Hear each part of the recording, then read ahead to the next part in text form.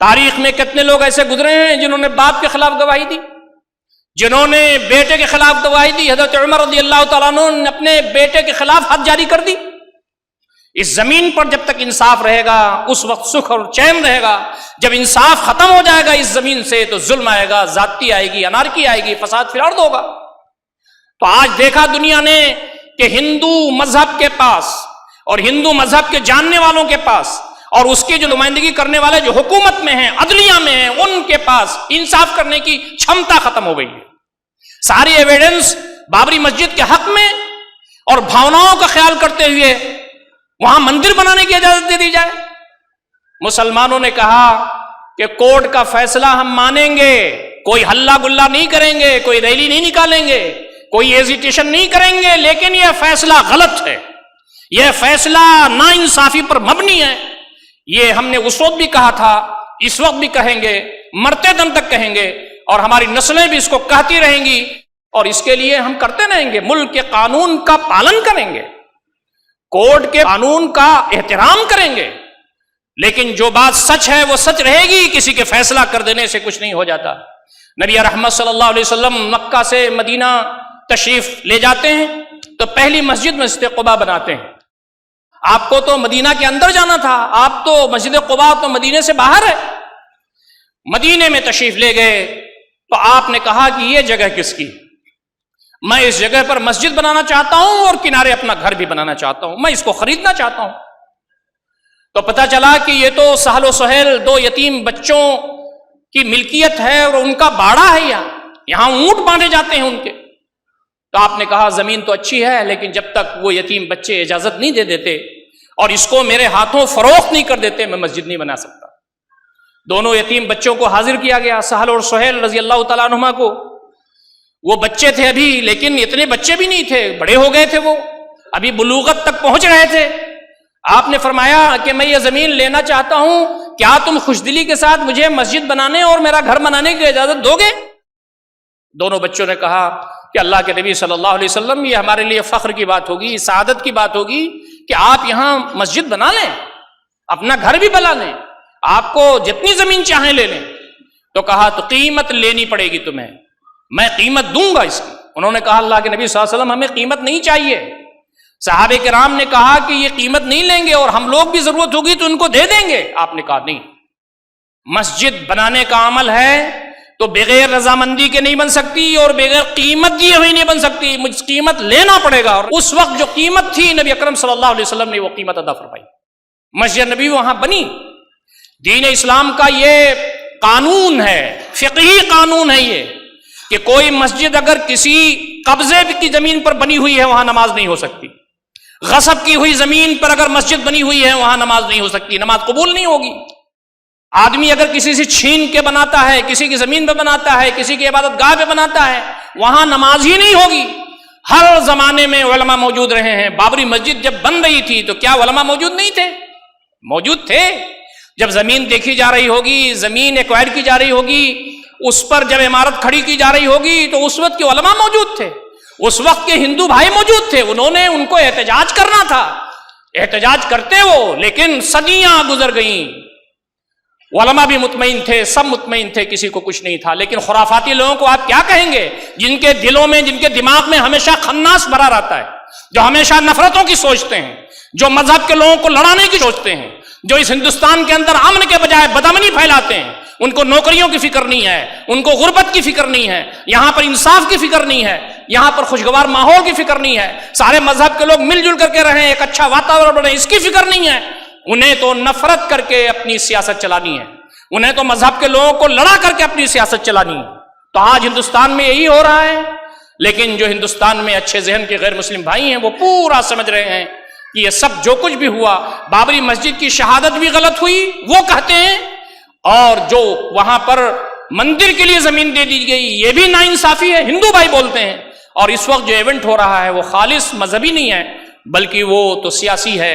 2024 کا الیکشن سامنے. حضرت عمر رضی اللہ تعالیٰ عنہ بیت المقدس جب فتح ہوا تو آپ کو معلوم ہے 15 ہجری میں حضرت عمر رضی اللہ تعالیٰ عنہ وہاں تشریف لے گئے، اس لیے کہ ابو عبیدہ بن جراح رضی اللہ تعالیٰ عنہ نے یہ کہا کہ یہاں کے جو عیسائی ہیں وہ یہ کہہ رہے ہیں کہ تمہارا خلیفہ جب تک نہیں آئے گا ہم چارج ہینڈ اوور نہیں کر سکتے، ہم گویا کہ سرنڈر نہیں کر سکتے۔ حضرت عمر رضی اللہ تعالیٰ عنہ کو اطلاع ہوئی، انہوں نے کہا میں آ رہا ہوں۔ تو وہ پہنچے وہاں، اور وہاں پر انہوں نے معاہدہ لکھا اور اس پر دستخط ہوا، اور کہا کہ سنیے یہ آج فتح ہوا ہے، لیکن یہاں پر عیسائیوں کی جو عبادت گاہ ہے وہ محفوظ رہیں گی، یہاں پر عیسائیوں کے حقوق محفوظ رہیں گے، یہاں پر جو اور یہودی بستے ہیں وہ محفوظ رہیں گے، یہاں پر مذہب کی بنیاد پر کسی کے ساتھ بھید بھاؤ نہیں ہوگا، اور انصاف کے نام پر مسلمان مائنورٹیز پر کوئی کسی قسم کی زیادتی نہیں کر سکیں گے۔ خوش ہو گیا پادری، عیسائیوں کا پیشوا خوش ہوا، اس نے کہا یہی تو ہمیں چاہیے، ہم بغیر خون خرابہ کے اپنی عزت، اپنا مال اور جان، ان سب کی حفاظت چاہتے ہیں۔ تو وہ چرچ بھی دکھانے کے لیے لے گیا کہ دیکھیے یہ ہے ہماری عبادت گاہ، اور یہ ہے جہاں ہم عبادت کرتے ہیں، اور یہ ہے ہماری زمین۔ تو کہا یہ سب محفوظ رہے گی، پریشان ہونے کی ضرورت نہیں ہے، تم عبادت جیسے کرتے تھے ویسے کرو، اور تمہاری جو لینڈ ہے یہ سب محفوظ رہیں گی۔ انہوں نے دیکھا کہ ٹائم ہو گیا ہے نماز کا، تو کہا کہ میں یہی نماز پڑھ لوں۔ ہمارے مورخین لکھتے ہیں، سیرت نگار لکھتے ہیں کہ مسجد اقصیٰ تھوڑی دور پر تھی، لیکن وہاں آپ نہیں گئے، آپ نے کہا میں یہی نماز پڑھوں، شاید وقت نکل جائے۔ تو پادری نے کہا کہ میں یہاں صاف کرا دیتا ہوں، اچھے کپڑے بچھا دیتا ہوں، آپ یہاں نماز پڑھ لیں۔ انہوں نے کہا نہیں، میں چرچ سے باہر نکل کر کے جو اوپن لینڈ ہے جہاں کسی کا کوئی حق نہیں جاتا وہاں نماز پڑھوں گا۔ پادری نے پوچھا ایسا کیوں کر رہے ہیں؟ کہا ایسا میں اس لیے کر رہا ہوں کہ بعد کے پیریڈ میں مسلمانوں کو یہ خیال نہ آئے کہ امیر المومنین عمر نے چرچ میں نماز پڑھی تھی اور وہ نماز پڑھنے کی جگہ تھی اور مسلمانوں کا حق ہے اس پر۔ ہمارے جو اکابرین گزرے ہیں انہوں نے اتنا خیال رکھا، اور بابری مسجد کے سلسلے میں لوگوں نے سمجھا کہ وہ مندر کو توڑ کر کے مسجد بنا دی گئی ہے، لیکن یہ یورشیں اور یہ جتنی قسم کی مسلمانوں کو نقصان پہنچانے کا سلسلہ ہے وہ جاری ہے۔ گیان واپی مسجد پر بھی حملے ہو رہے ہیں، سروے کی اجازت دے دی گئی، پھر جو وہاں پر وضو خانہ تھا اس کے بارے میں کہا کہ یہ شیو لنگ ہے، وہ فوارے کی کوئی شکل تھی، جو چاہیں آپ بنائیں، جو چاہے آپ کا حسن کرشمہ ساز کرے، یہ سب چل رہا ہے آج میں بھی اخبار میں آپ نے پڑھا ہوگا کہ وہاں وضو خانے کی صفائی کا کام آج ہو رہا ہے، اور اس میں بھی سب چال بازیاں چل رہی ہیں، اور کورٹ بعد میں کیا فیصلہ کرے گا کہ سب کچھ تو مسلمانوں کے حق میں جا رہا ہے، لیکن ہندو لوگوں کی بھاوناؤں کو دیکھتے ہوئے ہم کیا کریں؟ یہ ملک ایسے چلے گا؟ جس ملک میں ظلم ہوگا، ناانصافی ہوگی، جس ملک میں جس کی لاٹھی اس کا بھینس کا نظارہ ہوگا، وہ ملک ایسے نہیں چل سکتا۔ یہ ملک ہندو بھائیوں کے خلاف جا رہا ہے، یہ ملک اپنی تاریخ کے خلاف جا رہا ہے، یہ ملک اپنے اصول اور ضابطوں کے خلاف جا رہا ہے، اور جب ایسی انارکی پھیل جائے کسی ملک میں تو اس ملک کی سالمیت اور اس کی ایکتا اور اکڈتا خطرے میں آ جاتی ہے۔ جس کو ہندو نہ سمجھیں مسلمان سمجھے گا، اس لیے کہ مسلمان ہندوستان کو اپنا خون دے کر کے اس نے ہندوستان کو آزاد کرایا۔ دوستوں اور ساتھیوں، متھرا کی جو عیدگاہ کی مسجد ہے اس کے بارے میں کورٹ میں شروع ہو چکا ہے۔ آپ دیکھیں کہ دلی کی تقریباً 22 مسجدیں ایسی ہیں جس کو ڈیمولش کرنے کے سلسلے میں روزانہ کچھ نہ کچھ چل رہا ہے۔ سنہری مسجد کا کیس چل رہا ہے کورٹ میں، تاریخ پہ تاریخ پڑ رہی ہے، لیکن آپ کو معلوم ہے کہ کیسے لوگ بیٹھے ہوئے ہیں حکومتوں میں، کیسے لوگ بیٹھے ہوئے ہیں عدالتوں میں، اور جس جج نے فیصلہ کیا اس کو کہا صاحب آپ کو راجیہ سبھا کا ممبر بنانا تو بہت کم بات ہے، لیکن آپ اس کو قبول کر لیجئے، اس لیے کہ آپ نے بہت غیر معمولی فیصلہ کیا۔ اللہ کا فیصلہ قبر میں انتظار کر رہا ہے، اللہ کا فیصلہ حشر میں انتظار کر رہا ہے۔ ایک مسلمان صاحب بھی جج تھے اس میں، ان کو کہا کہ آپ کو گورنر بنا دیتے ہیں آپ۔ حیرت ہے، انتہا ہے، یعنی آدمی کی، انسان کی عقل پر پردہ پڑ گیا ہے کہ نام کے مسلمان ہوتے ہوئے بھی اس کو ڈر نہیں لگتا کہ اللہ رب العزت کے ہاں ہمیں حساب و کتاب کے لیے پیش ہونا ہوگا۔ چلو فیصلہ کر دیا، لیکن یہ کیا دیا جا رہا ہے مجھے؟ دوستوں اور ساتھیوں، یہ جو کچھ ہو رہا ہے اس کا انجام کیا ہونے والا ہے؟ قرآن مجید بالکل الارمنگ آیت میں ارشاد فرماتا ہے وَمَنْ أَظْلَمُ مِمَّنْ مَنَعَ مَسَاجِدَ اللَّهِ أَنْ يُذْكَرَ فِيهَا اسْمُهُ، اس شخص سے بڑا ظالم کون ہوگا جو اللہ رب العزت کی مسجدوں میں اللہ رب العزت کا نام لینے سے روکتا؟ اس شخص سے بڑا کوئی ظالم نہیں ہوگا، اللہ رب العزت ظالموں کے لیے کافی ہے۔ وَمَنْ أَظْلَمُ مِمَّنْ مَنَعَ مَسَاجِدَ اللَّهِ، اس شخص سے بڑا ظالم کون ہوگا جس نے اللہ تعالیٰ کی مسجدوں میں روکا کہ اس میں اللہ رب العزت کا نام کا ذکر کیا جائے، اللہ کے نام کو یاد کیا جائے، نمازیں پڑھی جائیں، اللہ کی عبادت کی جائے۔ اور آگے فرمایا گیا وَسَعَىٰ فِي خَرَابِهَا، اور اس کی ویرانی کے لیے محنت کیا اس نے، دوڑ بھاگ، گویا کہ جوڑ توڑ ایچ پیچ سب کرتا رہا وہ۔ بابری مسجد کے سلسلے میں یہ بات صادق آتی ہے، وسعی فی خرابیہا، اس کو ویران کرنے کے بارے میں کوششیں کی انہوں نے۔ آگے فرمایا گیا، ان کے بارے میں کہا گیا کہ اولئک ما کان لہم ان یدخلوها الا خائفین، ان کو تو اس میں جاتے ہوئے ڈرنا چاہیے تھا۔ اولئک ما کان لہم ان یدخلوها الا خائفین، ان کے بارے میں تو یہ بات ہونی چاہیے تھی کہ وہاں جب وہ داخل ہوتے تو ڈرتے، ان کو خوف آتا کہ ہم کیا کرنے جا رہے ہیں، ہم نے کیا کیا یہاں پر۔ اللہ رب العزت تو ظلم کرنے والے کو بھی موقع دے رہا ہے، قاتل کو بھی موقع دے رہا ہے، مسجدوں کو شہید کرنے والوں کو بھی موقع دے رہا ہے، لیکن جب وہ پکڑ دے گا تو اخذ عزیز مقتدر، ایسے پکڑنے والے کی طرح پکڑے گا کہ پھر چھوڑے گا نہیں۔ آگے فرمایا لہم فی الدنیا خزی ولہم فی الآخرۃ عذاب عظیم، ان کے لیے دنیا ہی میں رسوائی ہے، ان کے پیشروں کی رسوائیاں جگ ظاہر ہیں، ان کی بھی رسوائیاں آگے آنے والی ہیں، اور ایسی ایسی رسوائیاں جو فکری اور ذہنی رسوائیاں اور قلب کی رسوائیاں اور سماج کے اندر رسوائیاں، ہر طرح کی رسوائیوں کا یہ مقابلہ کریں گے ہندوستان کے اندر۔ اور فرمایا کہ آخرت میں ان کے لیے عذاب عظیم ہے، لہم فی الدنیا خزی ولہم فی الآخرۃ عذاب عظیم، دنیا میں رسوائی ہے اور آخرت میں عذاب عظیم ہے۔ مسلمانوں کو ایسے موقع پر کیا کرنا چاہیے، میں اس پر 1-2 منٹ آپ سے گفتگو کرنا چاہتا ہوں۔ پہلی بات تو یہ ہے کہ مسلمانوں کو صبر اور تحمل کے ساتھ کام لینا چاہیے، حکمت کے ساتھ کام لینا چاہیے۔ ہمارے پیغمبر نبی اکرم صلی اللہ علیہ وسلم پر جن پر حکمت ختم ہے، آپ مکہ میں 13 سال تک رہے، لیکن حرم مکی میں بت رکھے ہوئے تھے سراؤنڈنگ میں۔ جب آپ سجدہ کرتے تھے تو پہلے دیوار کعبہ نہیں آتی تھی، پہلے بت آتے تھے، پھر کعبہ کی دیوار آتی تھی۔ جب آپ مدینہ تشریف لے گئے تو وہاں پر 8 سال تک یہ منظر رہا، لوگ عمرہ کرتے تھے اور حج پہ جاتے تھے اور یہی کیفیت رہی۔ 8 ہجری میں بت ہٹائے گئے، کیوں؟ آپ نے کہا لوگوں کو باتیں بتائی جائیں، لوگوں کے دلوں میں جگہ بنائی جائے، لوگوں کے قلب و ذہن کو صاف کیا جائے، یہاں تک کہ خود وہ وحدانیت کے قائل ہو جائیں اور اپنے ہاتھوں سے بتوں کو ہٹائیں۔ نبی رحمت صلی اللہ علیہ وسلم اس دنیا سے رخصت ہونے سے 2 سال پہلے بت ہٹائے گئے۔ آج کے ہندوستان میں پریشان آپ نہ ہوں، یہ جو کچھ بھی ہو رہا ہے یہاں حکمت و دانائی کے ساتھ کام کرنا ہے ہمیں۔ وَمَن یُؤْتَ الْحِکْمَةَ فَقَدْ أُوتِیَ خَیْرًا کَثِیرًا، صبر و تحمل کا دامن ہاتھ سے نہیں جانے دینا ہے۔ یہ جو کچھ بھی کر رہے ہیں اللہ رب العزت دیکھ رہا ہے، اگر ہم بھی تشدد کا راستہ اپناتے ہیں، ہم بھی جذبات میں آ جاتے ہیں تو کیا ہوگا؟ انارکی پھیلے گی، اس ملک میں فساد پھیلے گا، کہنے سننے کا موقع نہیں آئے گا۔ فلسطین میں جو کچھ ظلم ہوا وہ ظلم بیان کرنے لائق نہیں ہے، لیکن پوری دنیا میں اس ظلم کو دیکھ کر کے اور فلسطینیوں کا صبر دیکھ کر کے لوگ کثیر تعداد میں مسلمان ہو رہے ہیں۔ جہاں اسلام کے لیے کٹر پنتھی مزاج ہے، جہاں اسلام کے خلاف لوگ دشمنی روا رکھے ہوئے ہیں، وہاں کے لوگ اللہ رب العزت کے بندوں کی یہ ثابت قدمی دیکھ کر کے مسلمان ہو رہے ہیں۔ ہم تمام سچ بات کہتے رہیں گے، ہم نے کہا ہم کوئی ایزیٹیشن نہیں کریں گے، ہم کوئی دھرنا نہیں دیں گے، ہمیں عدلیہ پر بھروسہ ہے۔ انہوں نے کہا ہمیں عدلیہ پہ بھروسہ نہیں ہے، مندر وہیں بنائیں گے چاہے جو ہو جائے۔ عدلیہ پر بھروسہ نہیں تھا، اسی لیے ان کو شہید کیا اس نے۔ مسلمانوں کا موقف لوگوں کے سامنے ہے، مسلمانوں کی زندگیاں لوگوں کے سامنے ہے، مسلمانوں کا طرز عمل لوگوں کے سامنے ہے، پوری دنیا دیکھ رہی ہے، اور ہندو بھائیوں کا طرز عمل لوگوں کے سامنے ہے۔ ہم تو یہ سمجھتے ہیں کہ اگر پیار کے ساتھ، محبت کے ساتھ نبی اکرم صلی اللہ علیہ وسلم کے طرز پر بندگان خدا تک اللہ تعالیٰ کا پیغام پہنچایا جائے، ان کی خدمت کر کے ان سے مل کے، کام تو بڑا مشکل ہے، یہ کہنا بھی مشکل ہے، سننا بھی مشکل ہے، لیکن ہمارا کام یہ ہے کہ اللہ تعالیٰ کے وہ بندے جو اللہ رب العزت کے دین کو نہیں جانتے، یہ جو 20% کا طبقہ اور ٹولہ ہے ملک میں زعفرانی مزاج رکھنے والا، اس نے یہ سب حرکتیں کی ہیں۔ 80% جو ہندو بھائی ہیں ان کا مزاج ایسا نہیں تھا، انہوں نے اس کو گدلا کیا، انہوں نے بدگمانیاں پھیلائیں دین اسلام کے سلسلے میں، انہوں نے لوگوں کے دماغ کو خراب کیا اور کر رہے ہیں۔ ایسے لوگوں سے ملنا، ان کے پاس جانا اور اللہ رب العزت کا پیغام پہنچانا، اس لیے کہ ہندوستان کے اندر یہ ہمارا فرض منصبی ہے، یہ ہماری ذمہ داری ہے۔